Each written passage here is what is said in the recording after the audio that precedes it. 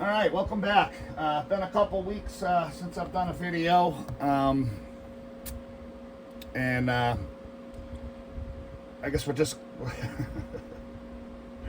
kind of letting the dust settle. Anyway, and plus, I'm not trying to be monetized on YouTube or Facebook or anything like that. I'm not trying to make money on YouTube by trying to get as many videos as I can.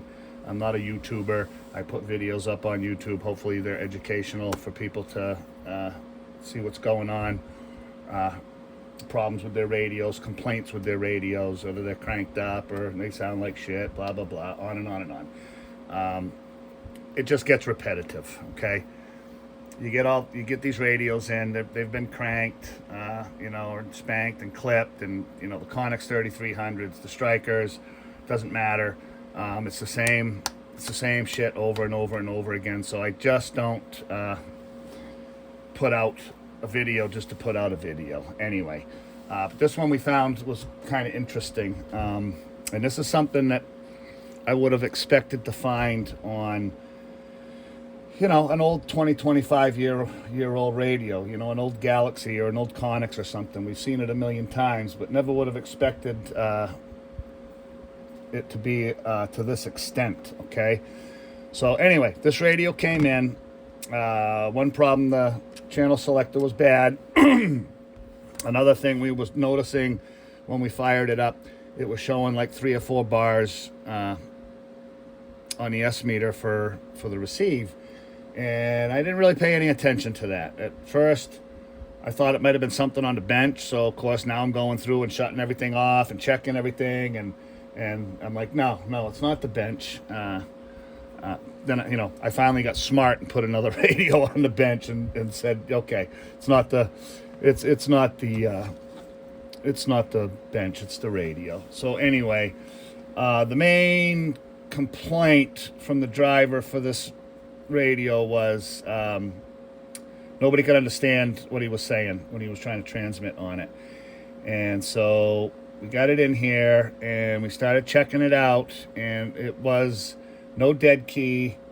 You'd get a little bit of signal out of it under modulation when you'd spoken to the microphone, and it was very, very raspy and choppy, and it sounded like crap. So at first I was thinking maybe the regulator was bad, maybe a bad final or something like that. So that's the path we went down to begin with, and we determined that it was not the regulator and or the finals. Okay, we just did quick checks on the voltages, which we all know that you do your bias by amperage no matter what radio it is, whether it be a Connex 3300 or a Stryker or any other radio. It's all supposed to be done by the amperage. So but we just was checking voltages. Okay, we were checking voltages on the finals, on the gates, and they were only coming out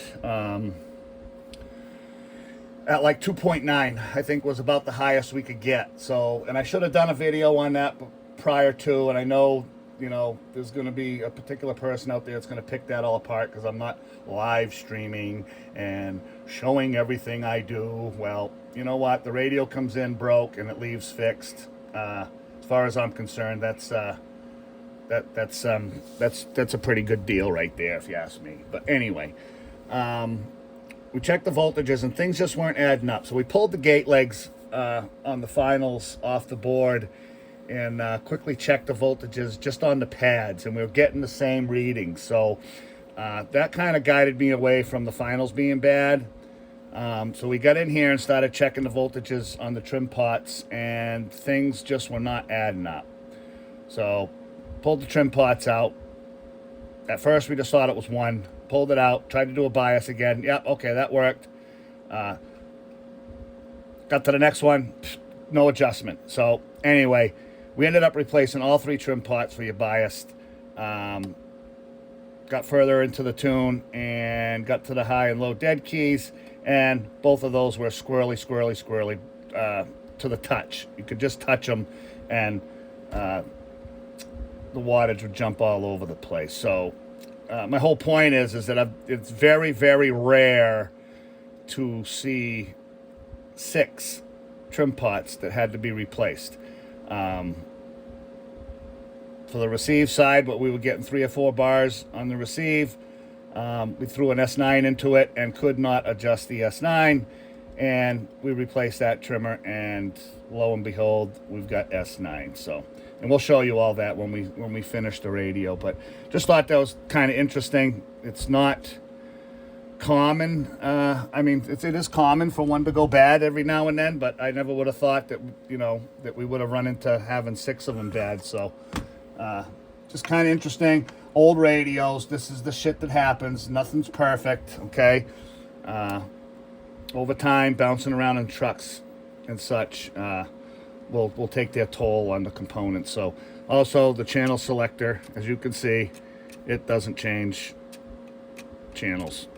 I mean, it will, but it takes a long time to get through the band. I mean, the frequencies. So anyway, we're gonna change that out, do a final tune on it and everything, and she'll be up and running the way she's supposed to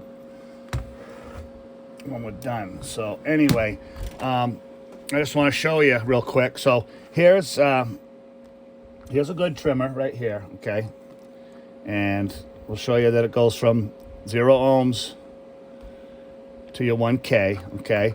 And then the way you can just check these, really just a quick way of checking them. You don't have to, well, you should check and see what the high and low is on it for the adjustment, but that should read 1K right there. That's a 1K trimmer, okay? This is a 1K.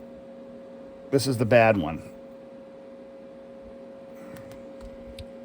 Okay, it's reading 8.8K. And this is why I couldn't get any adjustments out of it. Wide open, it's 3, and all the way down 1.2. So that thing's toast. And that was the problem with all of them. Okay, there were 6 of them that were bad. So anyway, yeah. So I just thought that was kind of interesting, and that's that's kind of videos I like to share. Like I said, to do a video on every single radio I do, it just takes time, and it's repetitive. You've seen it all a million times. I would assume that if you're watching videos that you see the same old. Anyway, yeah. So we just wanted to share that with you real quick, and like I said, when we get done with the radio, we'll do a final on it, and you'll see that she's going to be running real good. We got the new encoder and the little circuit board that goes on the back of it. Sometimes you can separate them if you haven't got these. If you're real careful, you can separate them, but sometimes you screw up and you damage the board, but not every time, but sometimes. So anyway, we got new ones of those to put in there, and we'll get that all straightened out, and we'll get it up and running. So when we get it done, we'll share that with you when she's finished, okay? So thanks for watching, and we'll catch you on the next one.